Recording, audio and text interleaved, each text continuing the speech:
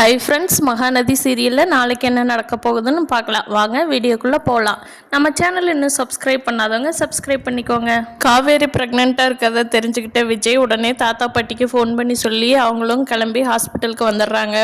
தாத்தா பாட்டிக்கெல்லாம் ஒரே சந்தோஷமாக போயிடுது. காவேரி ப்ரெக்னெண்ட்டாக இருக்காளா?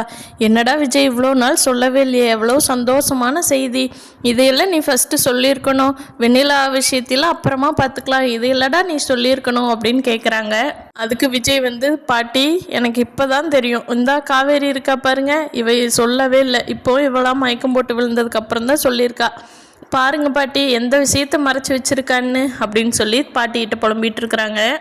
கொண்டுட்டு வந்த ஸ்வீட் எடுத்து காவேரிக்கும் விஜய்க்கு ஊட்டிட்டு ரொம்ப சந்தோஷமா இருக்கிறாங்க. விஜய் சொல்றாரு, காவேரி நீ உங்க வீட்ல எல்லாம் இருக்க வேண்டாம், அவங்க உன்னை கரெக்டா பாத்துக்க மாட்டாங்க. காவேரி பாத்தியா, இன்னைக்கு நீ சாப்பிடல, மயங்கி விழுந்துட்ட, வா உன்னை நம்ம வீட்டுக்கு கூட்டிட்டு போயிடறேன்னு சொல்றாங்க.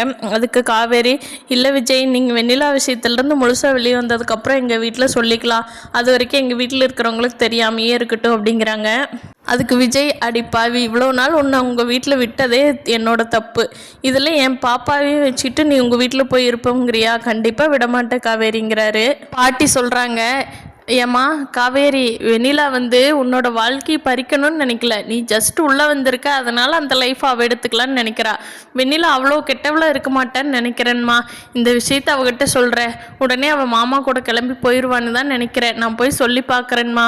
ஓ, விஜய் சொல்கிறாரு, வெண்ணிலாங்க கூட கேட்டுக்குவான்னு தான் நினைக்கிறேன் பாட்டி, ஆனால் அந்த ராகினி அவங்க அப்பா அம்மா இருக்காங்களே, செம்ம கேடிங்க ரெண்டு பேரும். எது எப்படியோ பாட்டி, எல்லா பிரச்சனையும் இருக்கட்டும், நான் என் பொண்டாட்டி நம்ம வீட்டுக்கு கூட்டிகிட்டு சந்தோஷமாக பார்த்துக்க போகிறேன், பிரச்சனையெல்லாம் அப்புறம் பார்த்துக்கலாம் பாட்டின்னு சொல்கிறாங்க. தாத்தாவும் பாட்டியும், ஆமாண்டா விஜய், இனிமேல் காவேரி நீ தனியாக விடக்கூடாது, அவள் எங்கேயும் வெயில் எல்லாம் அலைஞ்சிட்டு இருக்கா, அப்படிலாம் போக விடாத, வா நம்ம வீட்டுக்கு கூட்டிகிட்டு போயிடலான்னு சொல்லி முடிவெடுத்துட்டாங்க. பார்க்கலாம் ஃப்ரெண்ட்ஸ், இனி வரப்போகிற நாட்களில் என்ன நடக்குதுன்னு. தேங்க்யூ.